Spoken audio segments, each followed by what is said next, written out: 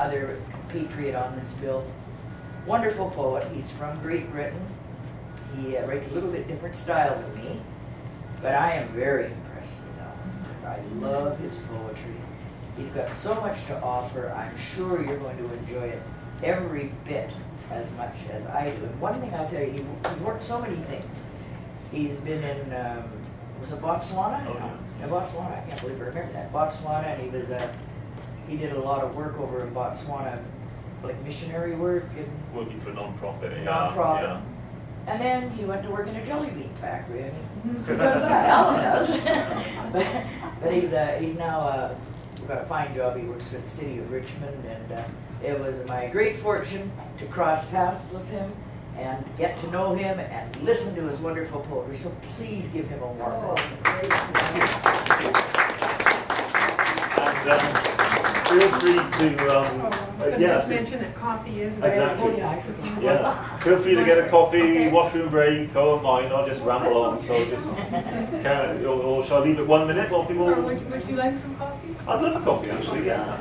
Well, I'll start reading and just feel free to wander around and do what you need to do. So, and I'd just like to say what a great pleasure it's been to meet Candice and Ken. It's been a life-changing experience. They're my colleagues and neighbours in New West. We're part of that little New West literary mafia that's developing there. And what a pleasure it is to know them. Great people, and great talent. So thank you for your warm introduction. My pleasure. Yeah. So my poem's a little bit of a different style, but hopefully there's some dark humour in some of it. You know, it's I go for the imagery and the dark humour. Oh, wonderful. Yes, please, just walk me. Okay. Thank you. Thanks.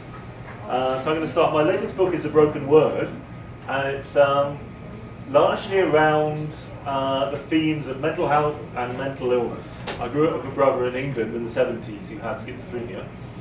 So it's a bit about that, but also it's just exploring themes around wellness and illness. So I'll read some of that, and then I'll read some newer stuff, including a poem I wrote while I was bored, sort of waiting to leave work this afternoon. I thought, oh gosh, what am I going to do? I'll get on the computer and write something. So yeah, during the day I'm a man in grey, I'm a bureaucrat, City of Richmond, and you know, it's like going to that phone booth at the end of the night and become a poet sort of thing, you know. My alter ego. So this one's called Mental Health for All. And if I go too fast or my accent's a bit of a problem, just let me know. Mental health for all. Cindy says that New Westminster is in her head. That since slipping from the hospital, she has lived in cardboard condos on Columbia Street. That there is jet noise held within her, ripping the hairs from under the cloud, injecting her upwards on summer nights under the bullet-hard buckle of a rhythmic moonlight. To wear a strangler's stiff black glove is pinching out galaxies, pressing flat the pimple of dead planets on the tongue of a diminishing horizon, inflaming the grids of the colonial streets that have wrapped themselves like fat around the pit-black back of the Fraser River.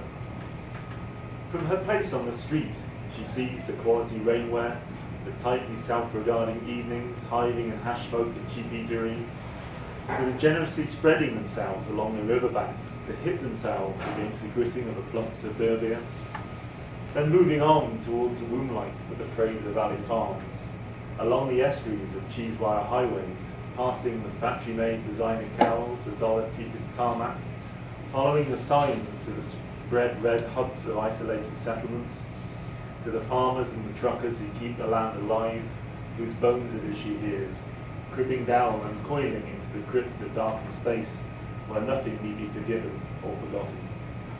Thank you. That's my first one.